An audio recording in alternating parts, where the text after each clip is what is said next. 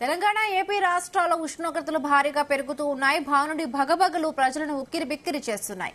April మొదటి 2-3 రోజుల్లోనే 43 డిగ్రీలు దాటిన ఉష్ణోగ్రతలు నమోదయ్యాయి. ముందు మరింత పెరిగే అవకాశం ఉందని నిపుణులు హెచ్చరిస్తూ ఉన్నారు. ఏడాది ఫిబ్రవరి నుంచే ఎండల తీవ్రత క్రమంగా పెరుగుతూ వస్తూ ఉన్నాయి.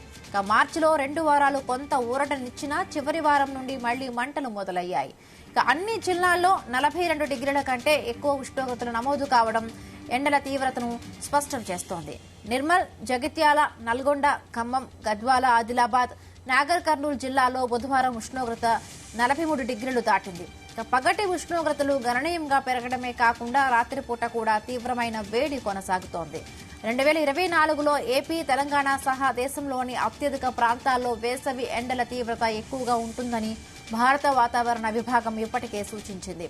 సాధారణం కంటే ఎక్కువ ఉష్ణోగ్రతలు నమోదు కావడంతో పాటు వడగాల్పుల తీవ్రత కొనసాగనుందని హెచ్చరించింది. అటు ఏపీలోనూ కూడా వేసవి తీవ్రత ఎక్కువగా ఉంది. ఎండల ప్రభావంతో రాష్ట్ర వ్యాప్తంగా ఎండ తీవ్రతతో పాటు వడగాల్పులు మరింత పెరుగుతాయని విపత్తు నిర్వహణ సంస్థ హెచ్చరించింది. రాష్ట్రంలోని కొన్ని ప్రాంతాల్లో 40 నుండి 45 డిగ్రీల ఉష్ణోగ్రతలు నమోదయ్యే అవకాశం ఉందని విపత్తు నిర్వహణ శాఖ పేర్కొంది.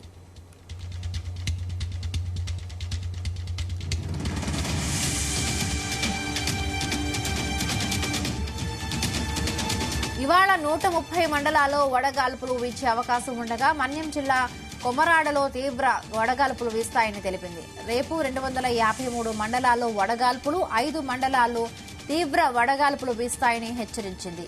ఈ ఏడాది పూర్తి స్థాయిలో పొడి వాతావరణం కొనసాగనుందని వాతావరణ శాఖ తెలిపింది. దేశంలో తుఫాను వ్యతిరేక పరిస్థితులు కొనసాగుతూ ఉండటంతో ఉష్ణోగ్రతలు మరింత పెరగనున్నాయి. ఎల్నినో ప్రభావంతో ఈసారి ఫిబ్రవరి నుండే సాధారణం కంటే ఎక్కువ ఉష్ణోగ్రతలు నమోదవుతూ ఉన్నాయి. మార్చి చివరి నుండి దాని ప్రభావం మరింత పెరిగిపోయిందని ఐఎండీ వివరించింది. తెలంగాణలో ఏప్రిల్ 3-4 వారాల్లో వడగాల్పులు తీవ్రంగా వీచే అవకాశం ఉందని వాతావరణ శాఖ హెచ్చరించింది. అవి మే నెలలో కూడా కొనసాగుతాయంటోంది. ఈసారి 45 డిగ్రీల కంటే ఎక్కువ ఉష్ణోగ్రతలు నమోదు కావచ్చంటోంది.